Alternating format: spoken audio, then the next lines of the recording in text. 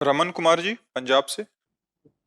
राधे राधे महाराज जी, आपके चरणों में कोटि कोटि प्रणाम। गुरुदेव भगवान, जब से इस शरीर ने होश संभाला है, महादेव जी की कृपा से शिर चरणों में लगाए रखा। गुरुदेव, मैंने मन में महादेव को अपना गुरु माना और प्रभु कृपा से आप मिले। गुरुदेव भगवान, जिंदगी में बहुत गलतियां की, आपके दर्शन और सत्संग सुनने के बाद परिणाम जानकर रूह काम जाती है। हाँ, उसका ये यही परिणाम यही बताइए। सत्संग का प्रभाव है।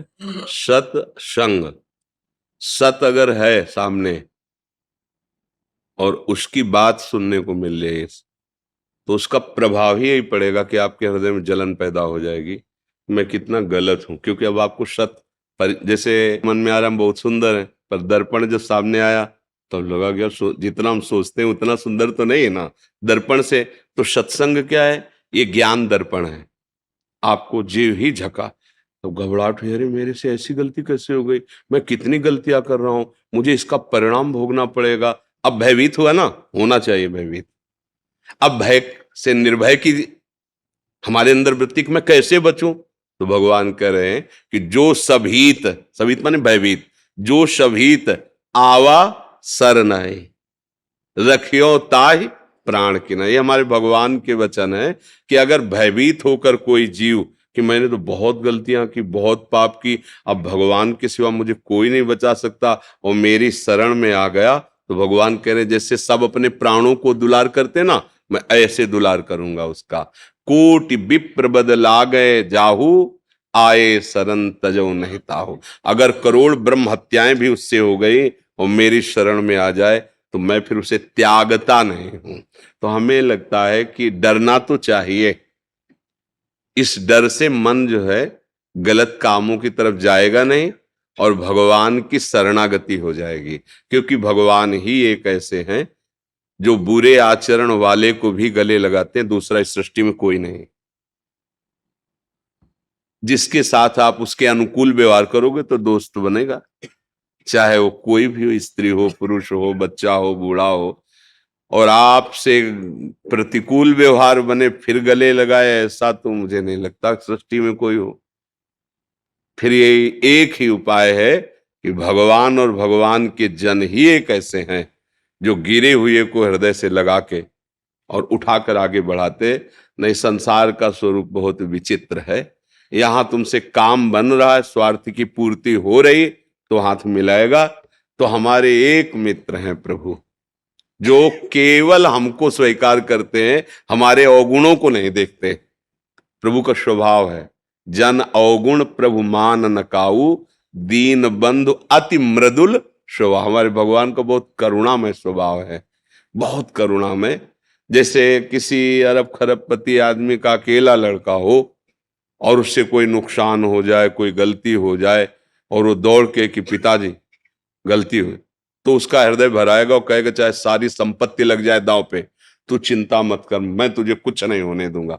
तो आपको विश्वास हो जाता है ना, हमारे प्रभु तो अनंत ब्रह्मांडों के मालिक हैं। अच्छा, पिता क्या है कि कानून के आगे उसको भी झुकना पड़ेगा, लेकिन जिन्होंने कानून निर्माण किया वो हमारे प्रभु हैं। वो जब कह रहे कि माफ, तो फिर किया। हम बहुत बार उदाहरण किया है कि न्यायालय विभाग में वकीलों के द्वारा प्रमाणित हो गया दोष और उसकी सजा हो गई कि इसको फांसी की सजा दी जाए। अब तो कोई नहीं क्षमा कर सकता ना, बस एक राष्ट्रपति है क्षमा कर सकता है। ऐसे ही हमसे पाप हुए, माना, उनका दंड भी हमने नरकों में पढ़ा सुना शास्त्र में कि ये नरक में ये दंड मिलता है ऐसे पाप करने वालों का, वो भी पक्का सत्य। पर एक उपाय है, भगवान गरज करके कहते हैं सर्वधर्मान परित्यज्य मामेकम शरणम व्रज अहम त्वाम सर्व पापेभ्यो मोक्षयिष्यामि मा शुचा। एक राष्ट्रपति फांसी की सजा माफ कर सकता है, तो अनंत ब्रह्मांडों के स्वामी प्रभु कह रहे हैं मैं तुझे सर्व पापों से मुक्त करूं। तो डरना, तो हम ये नहीं कह रहे कि ना डरो, नहीं डरोगे तो मन फिर उन्हीं पापों में करेगा कि बाद में भगवान से फिर क्षमा मांग लेंगे। ऐसा सिद्धांत नहीं है। सिद्धांत ये है कि जब तक हमने जाना नहीं था, जानते हुए भी वो ना जानना ही है। जब सत्संग सुना, संतों का संग मिला, अब समझ आई, तो अब एक हमें सूत्र डालना पड़ेगा हृदय में कि आज तक जो किया वो अब आगे नहीं करूंगा। अगर कहीं विवश होके फिसल के होता है, वो भगवान अंदर बैठे हैं, वो संभाल लेंगे, उसका कोई आपको दंड भोगना नहीं पड़ेगा। भगवान हृदय में बैठे हुए सारे, लेकिन जानबूझ के नहीं, वो अंतर्यामी, उसको किसी सलाह की जरूरत नहीं, वो अंदर ही देख रहा है। तो हमें लगता है कि हमारे कल्याण मार्ग में ये बात तो जरूरी कि आपको डर होना चाहिए, शास्त्र का डर, समाज का डर, कानून का डर, भगवान का डर, ये आपको अच्छे मार्ग में चलाएगा। ये जो भय है ना, ये हमारे मन को अच्छे रास्ते पे चलाते हैं, तो ये भय तो रखना चाहिए। पर इतना भी भयभीत ना हो जाए कि हम भगवान का भरोसा ही ना रख पाए कि हम तो इतने नीचे हैं कि भगवान, हम ऐसा नहीं है। भगवान इतने कृपालु हैं कि वो कैसा भी कोई हो, अपिचेत सुदुराचारो भजते माम अनन्य भाग। सुदुराचारों को मतलब होता सांगो पांग पाप करने वाला, कोई अंग नहीं छोड़ा पाप के, सब कर डाले। वो भी यदि मेरी शरण में आ जाता है तो साधु रेव मंतव्य, मैं उससे आदेश करता हूं कि साधु मानो, अब करो सद्य ते साधु, मैं उसे महात्मा बनाऊंगा।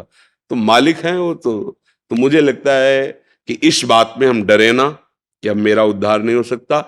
इस बात से डरे कि जो गलतियां हुई वो पुनः गलतियां ना हो, और भगवान का आश्रय लेकर नाम जप करें, अच्छे आचरण करें। जो गलतियां शरीर से हुई हैं अब उनका हम सुधार करें, उनको हम सावधानी पूर्वक रोकने, और अगर नहीं रुक पाते, पूर्वाभ्यास फिसल जाते, फिर खड़े हो, फिर चलो, नहीं करो, फिर फिसल जाते हो, फिर खड़े हो। एक दिन तो आप अपनी इतनी मजबूती से निश्चय के द्वारा इन वृत्तियों को रोक लेंगे, पक्का रोक लेंगे, घबराने की जरूरत नहीं। अब जैसे कह दे कि आज से होना ही नहीं चाहिए, तो अनुभव नहीं, इसलिए भले को तुम बोल दो, नहीं, ऐसा नहीं है। ब्रेक भी मारो तो हाथ दो हाथ, ब्रेक लगने पर वो पहिया फिसल जाता है ना, ऐसी पूर्वाभ्यास है। आज से हम कह रहे नहीं करेंगे, पर एक समय ऐसा आएगा जिस समय हमसे त्रुटि हो जाएगी। इसलिए हम ये आपको कहते कि अगर फिसल गए तो घबराने की जरूरत नहीं, फिर खड़े हो, फिर कोशिश करो कि हम ना फिसले, फिर फिसल जाते हो, फिर खड़े हो। ये हारने वाला मार्ग नहीं, जीत आप पक्का जाओगे, क्योंकि संत वचन और भगवान की कृपा ये साथ है, ये मान लो, हारोगे नहीं अब। पर इतना मतवाला होके ऐसे आचरण ना करे कि बाद में क्षमा मांग लेंगे, फिर तो निकलना मुश्किल हो जाएगा।